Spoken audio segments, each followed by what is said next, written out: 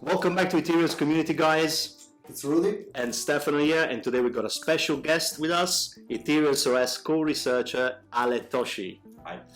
In this video, we're going to be taking you through an interview with Ale, where we're going to find out a lot more about his background, how he got to this point with the project, and we're also going to reveal some really exciting stuff that you're about to find out. Yep. Stay with us.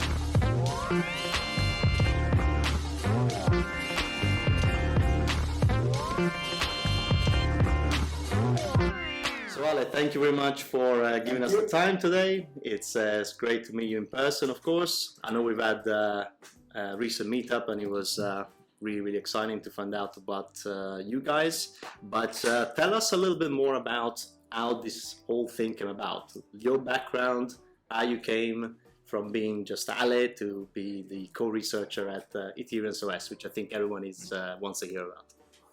Okay, I'm happy to be here, by the way. And my story. Before to be into crypto, I was into the EI field, but at some point, I remember it was 2015. I discovered Ethereum. And for me, it was shocked because I was not a huge fan of crypto in general. I was not a huge fan of Bitcoin and these things. And when I discovered the idea to can build a unstoppable application into the blockchain, and my entire vision about technology changed, and I started to be totally passionate about this.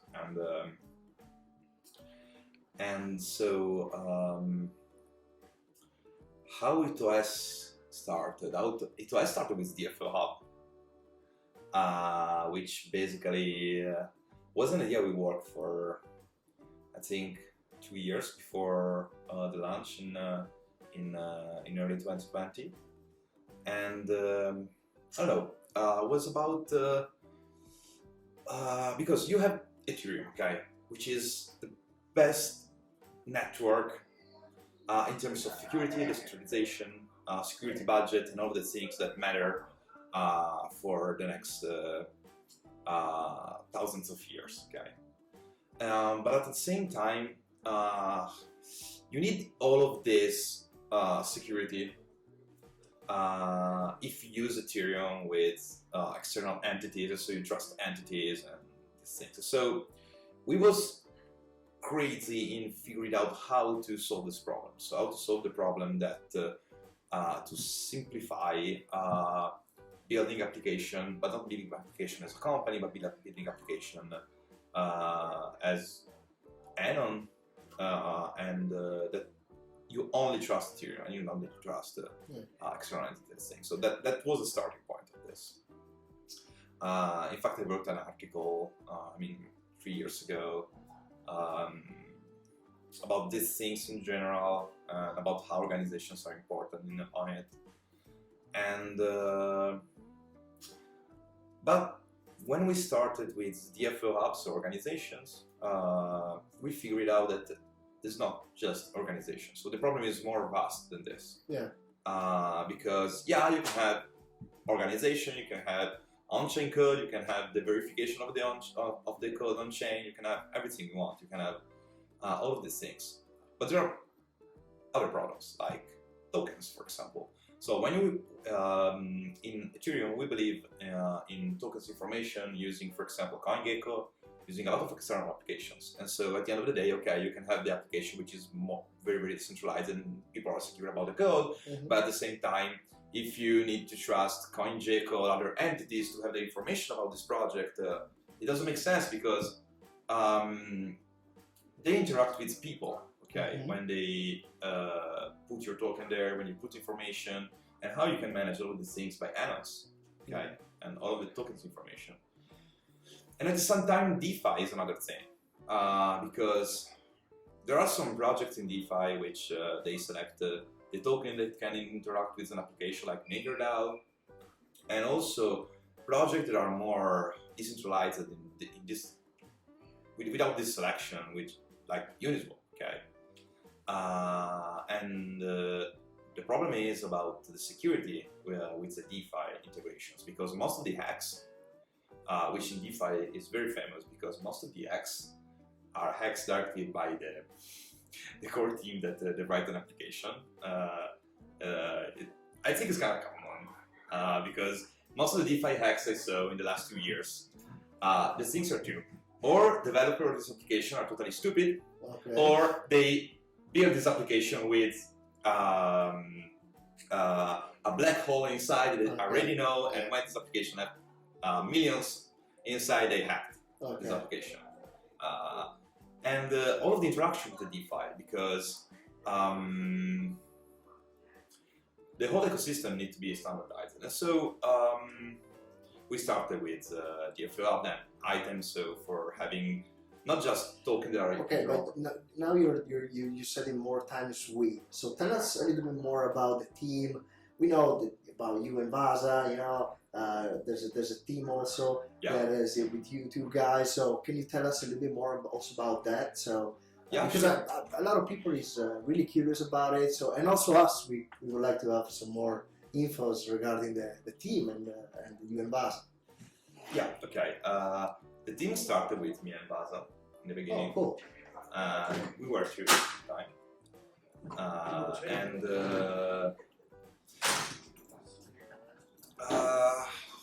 how can I say?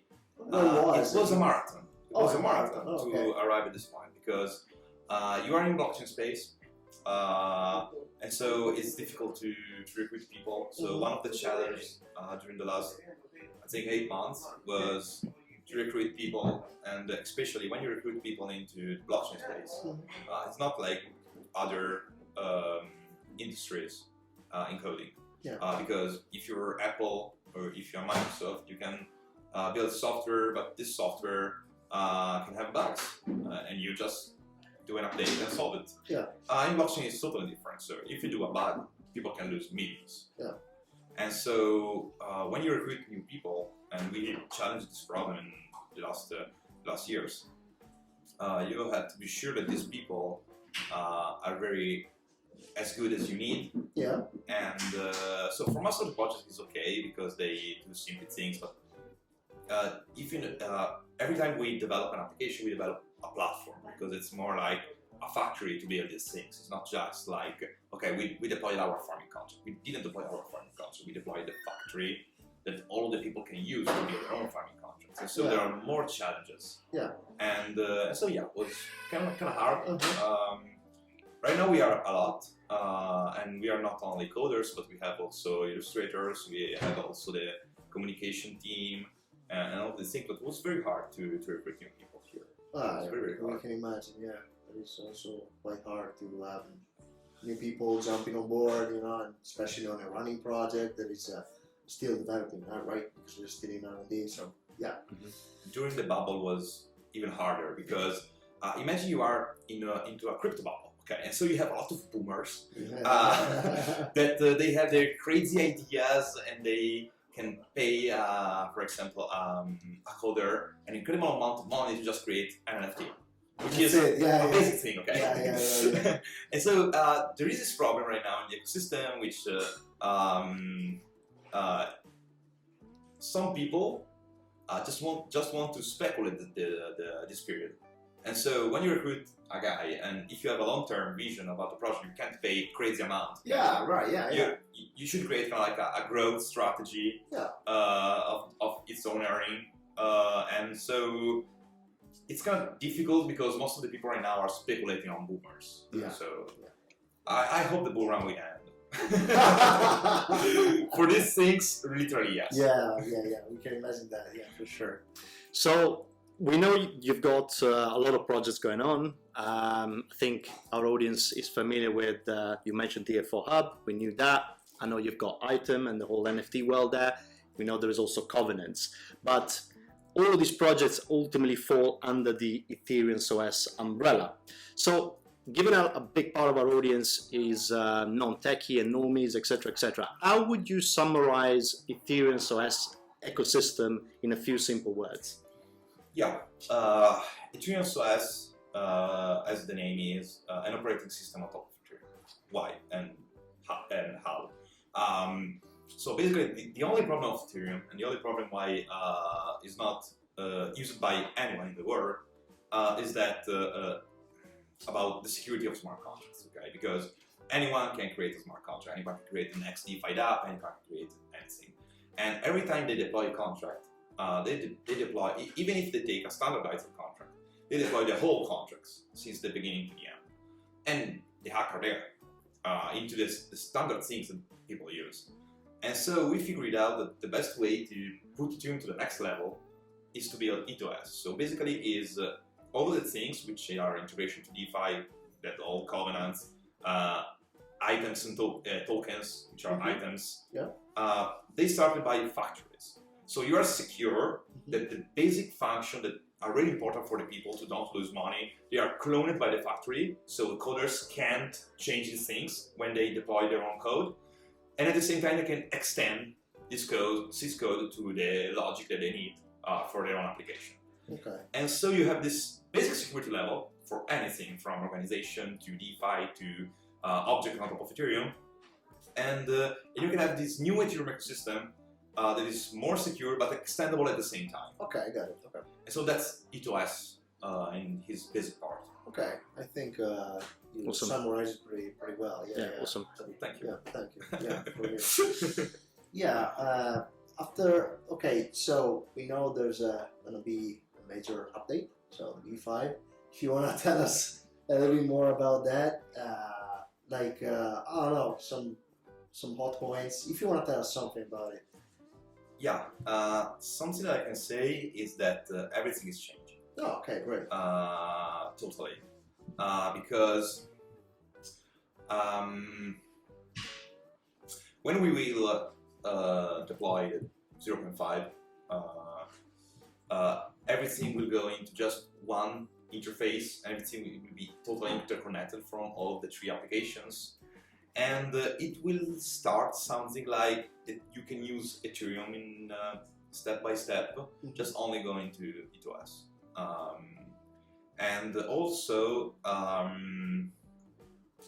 we had the basic structure about the organizations, so about the old DFO thing, and the structure we are to deploy is something that can be used in any kind of possible use case. Okay. And it's incredibly easy to deploy things on top.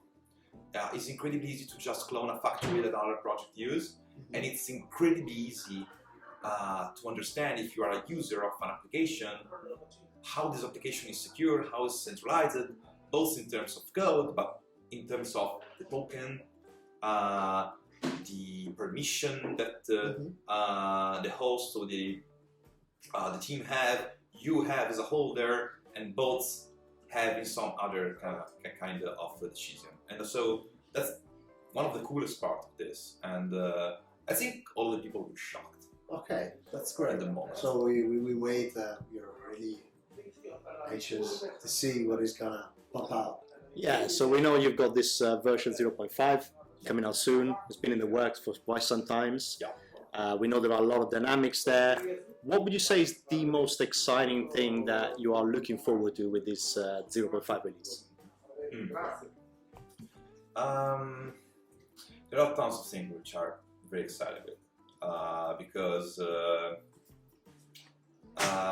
everyone knows that the most exciting thing we are doing for me, for Marco, for Vaso Power is organizations. Okay, but for me the most exciting thing is Island. By the way, I don't know, because there are tons of things which I think is incredibly awesome. How you can have this interoperable object, and I can say that I think that the future of finance is to trade game objects. So imagine you have a okay, that's crazy. Okay, and maybe it's off topic, but it's funny.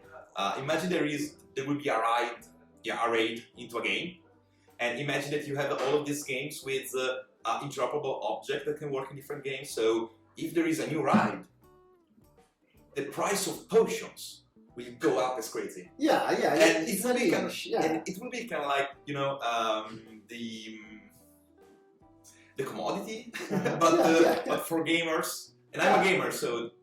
But by the way, straight back to the point. No, it was really interesting to see your point of view. Yeah, but keep on going. But yeah, the most exciting thing for me in this specific release, it's the metadata of item 2, which it's pretty interesting because imagine we have this vision for the future, okay, about objects on top of Ethereum, that they are totally interoperable, game will be huge on Ethereum, and so when you build the metadata of the object, and as word in a game, okay, you don't have the image of this word in the game, but you have a contract with all of specification, all of graphic specification about this word and different information, and so you can interoperate very easy this word from a game in its graphic system into another game with its own graphic system, and the object is the same but so many different ways. And I think this would be very important for the future of coding about the interoperable games with interoperable objects. And in organizations, I think that I really like the factories idea, which I called Minecraft in the early days, and so people can create their own factory, people can use factory built by other people, but I think the most exciting thing would be delegation, because I literally want to see what would happen. So, tell us a little bit more about the delegations. Okay, the other day we were at the beach, and thank you for having us, so your project is already really horizontal, let's say, okay? So at our point of view, we were also discussing the other day, with the delegations, it will be even more. So what do you want to say something? You want to, I don't know, what's your point of view? You want to go? Also, what is delegation exactly? Because I know that you've released some information on that, but just to be clear for our audience and for everyone else that hasn't seen the document. I think delegation is the most undervalued thing in the whole ecosystem right now. Because it's an idea started with the different DAOs into Ethereum. Because basically DAOs are things to transfer money, okay, and so you transfer to a multi-sig of people and say, oh, this is a delegation. But something I saw from different DAOs like Uniswap with the Penguin Party, that people want to build a real political party. They want to create something that really is itself an organization. Yeah. And I think this is so powerful, not just in terms of the future of governance in general, because you can have huge powers, like big company does buy a token into a protocol that all the people use, but you have also people that can say something by supporting a delegation, all together based on a specific idea. And so we started thinking about, okay, how to make this idea of delegation real, how to make this that really matters into the whole architecture of organization of the future. And so, based on this, we designed what is delegations into the EOS ecosystem. So, a real organization, basically, that you can attach to different organizations. And so I think in the future, if you have an organizations, reaching the best or the most trusted delegation into it would be something that matter for the organization. And so create an economic model to incentive delegation to be attached on it, like grants and other things.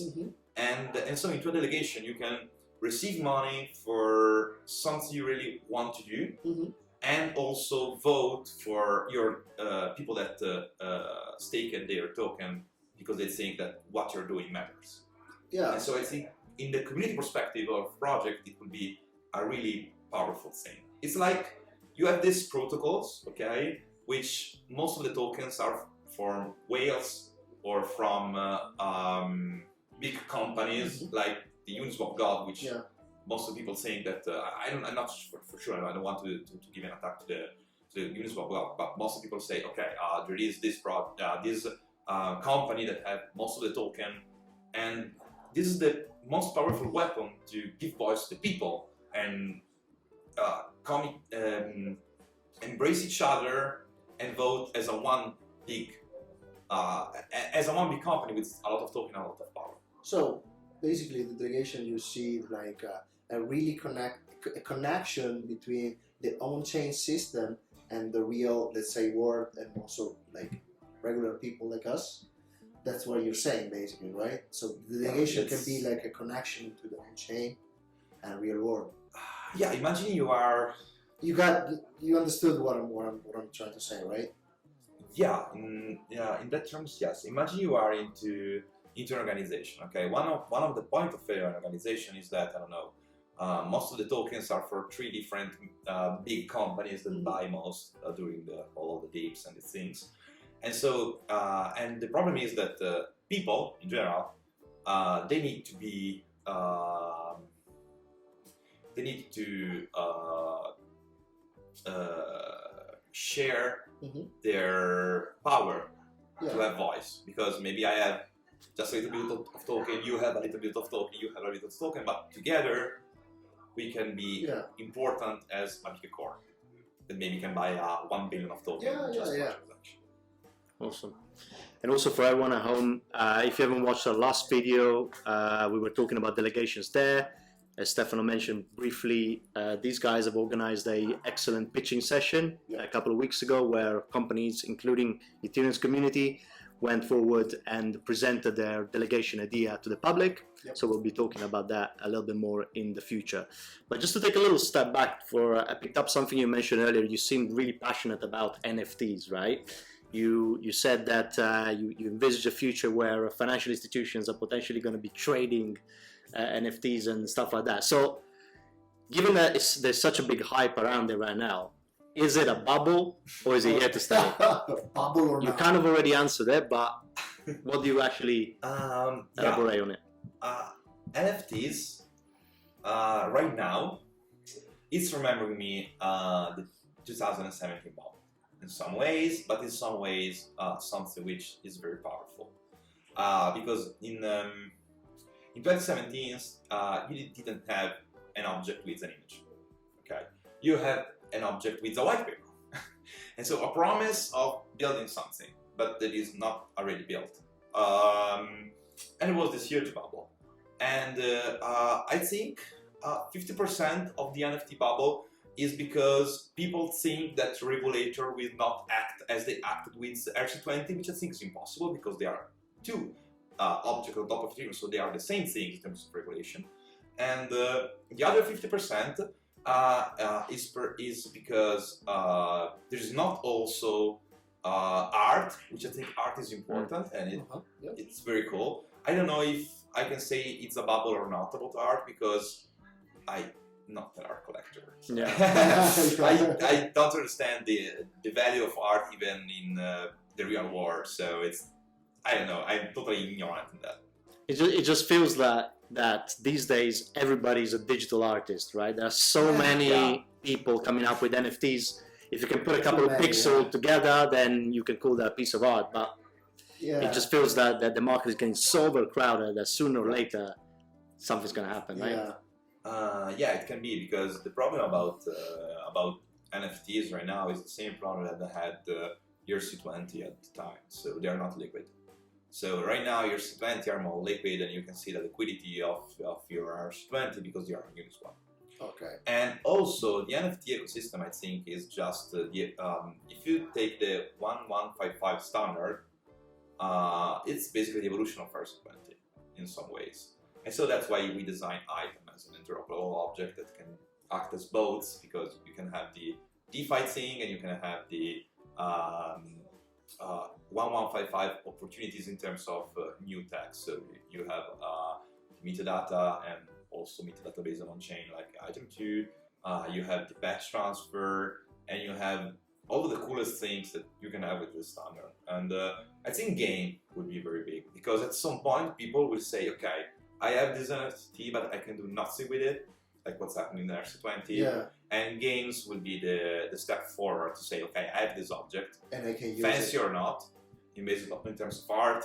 But if I can use this object into this important game for me, so that's valuable. Yeah, absolutely.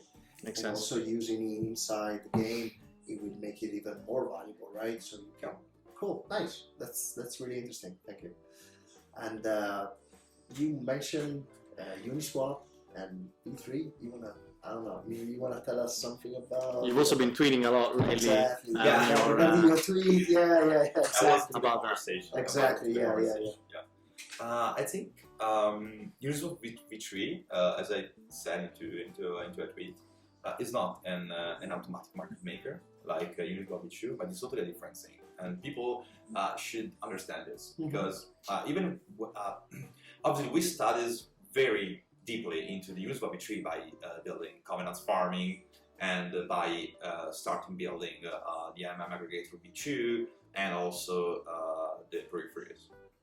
And what does it look like in Uniswap v3 is more real on-chain DEX rather than an MM, because you can put liquidity into a specific price range. It all is about price range. So imagine when you put liquidity into a big price range, you are literally putting liquidity into every little price changes on that. So it's very difficult to understand how it's works, but it's totally a step forward because it's not only about the price of a token, but it's also about that people decide where the liquidity should be. Mm-hmm. And that's so important. And also you can create range orders. And so basically, I think people will understand Uniswap v3 when they will release Uniswap v4, like what happened with Uniswap, because Uniswap v1 was totally cool. It was easy. All of the tokens are connected to it, and that's it.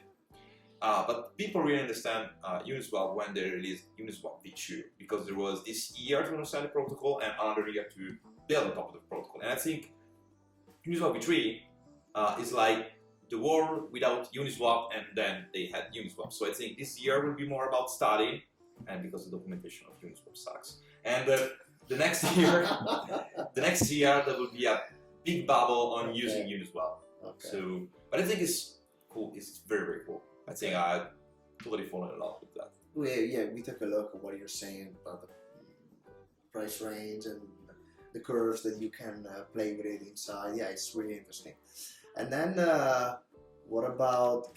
You want to go with the next question, or? Yeah, I mean, I just wanted to take a little, explore a little bit more about on-chain organizations, right? Because it's still quite a bit new topic for everyone, and we want to know that if they're here to stay for the future, how do you see this world? How do you see on-chain organization coexisting with regular organization in the real world? Yeah, that's a tough question. I think.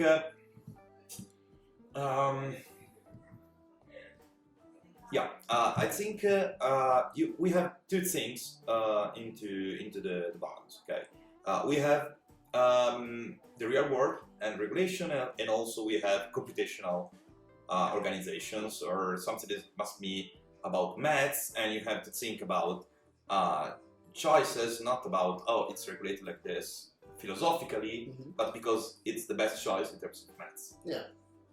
And so basically, I think the future will be that on-chain organization will become automatically real organizations. And that's also what we believe.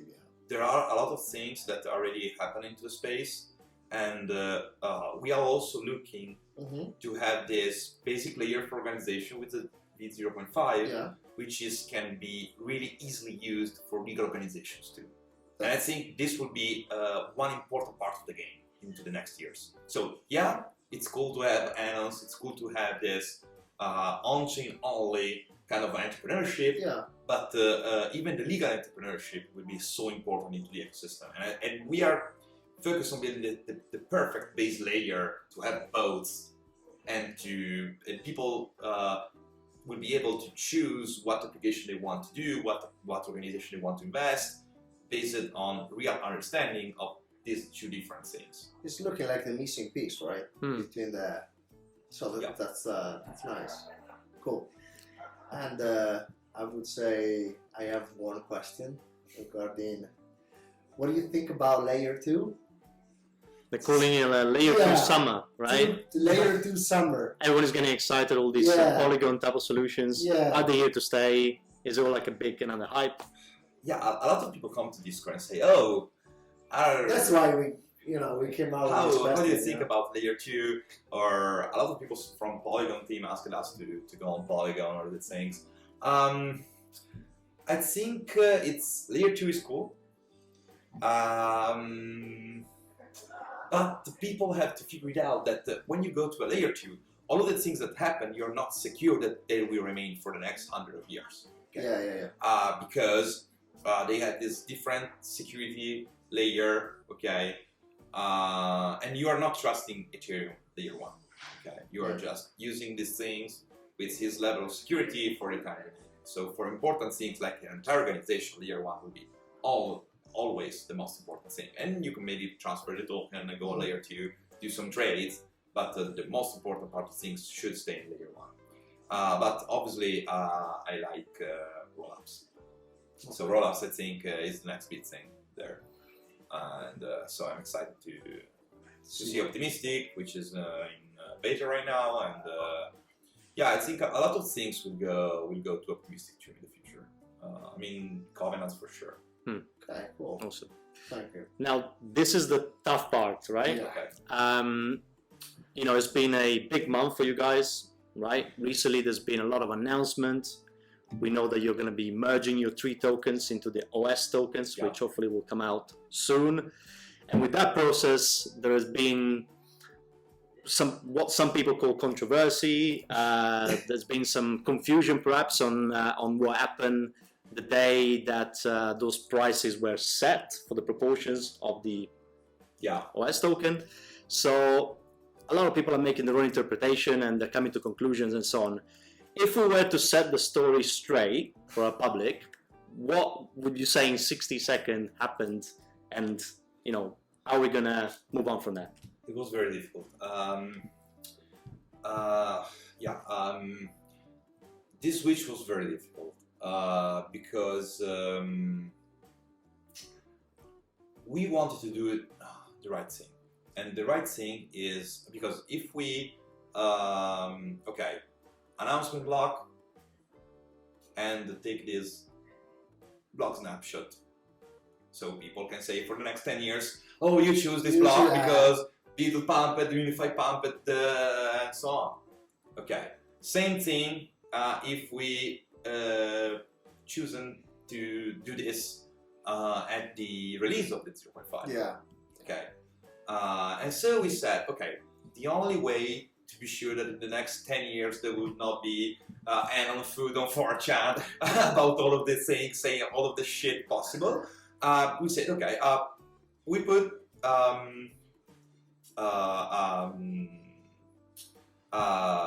block, and so you people decide what will happen. Yeah, makes sense. Everyone know that this will be the block, and we just did what we say. So just take this block and continue our operation.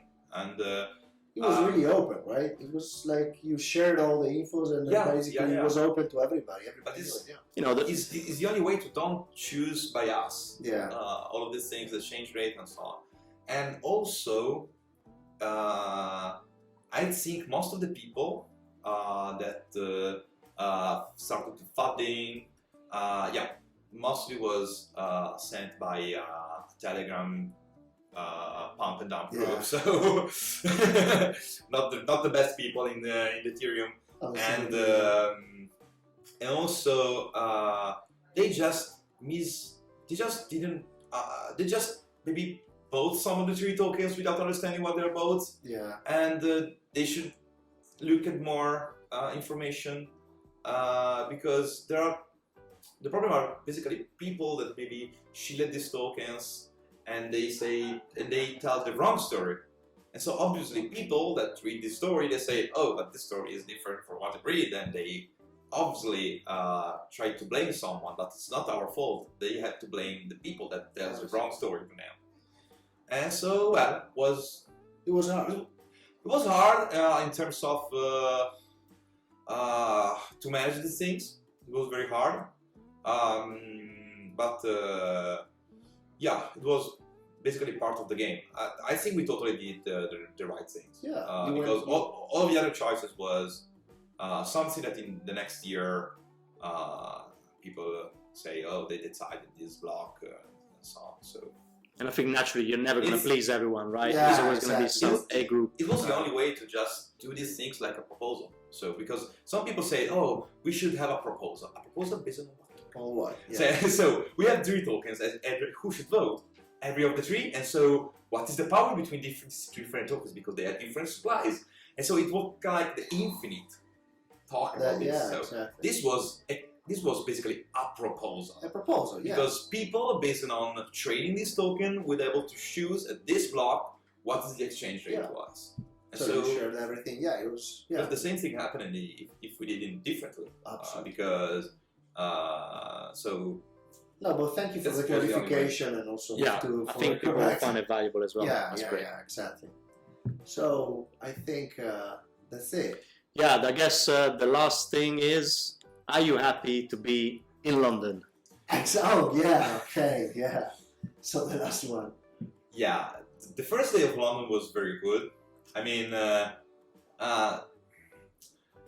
we burned near 50% of the daily Ethereum inflation rate, which is basically halving in some ways. Yeah. It was very interesting to see how it happened, and I totally believe that AP1559 it's incredible because you have a limited supply and at the same time a real sustainable security budget, and this is what really means into a network for the long run. And also, I don't know, I'm very excited to be in London, I think. And you?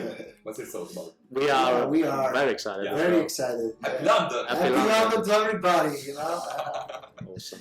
Okay. And yeah, for those that haven't caught up with what we're talking about here, we're referring to the London fork, which happened on Ethereum this week, and it was obviously a major upgrade that we were all looking forward and waiting for. It's a turning point. And now the merge will be the next big thing. Yeah, exactly. Any insight on any more sort of clarity on when we can expect that token merge?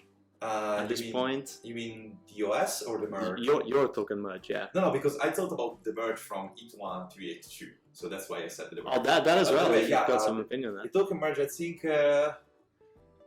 yeah. Obviously, when we decide dates to release things, we are obviously focused on security, so about testing, and so this is why we never set exactly date. And when we set exactly date, we often wrong because you never know until the end. Because even if you tested maybe 3 months of thing, you can figure it out a problem into the next days, and so you need more time. Yeah, absolutely. And so I think it's very near. Good. I think it's very near, but I can say nothing. So let's stay together here during the. But I think that. This time, people don't figure it out that it's not about the 0.5 release, because there is a 0.5, but it's a major release which involves item 2, which is basically ready, and the 0.5 with a lot of things based on not just on organization, but also with a very cool permission level for all the applications, the factories, marketplace. It's a very big thing, and also the entire interface which involve covenants, item, and organization in the same place, and so you can do anything, and everything is so interconnected. So it's very big, and it's very tons of effort during these days. But I think it's very near. I think it's very, very near. Cool, great. Thank you, Ale. Thank you so much. Happy to. So I guess we covered quite a bit. We could go for hours and hours and hours, but let's try to wrap it up. Unless you guys, have you got any final sort of comments or anything you want to add before we close? I don't know. Just work into the new Ethereum more. Yeah.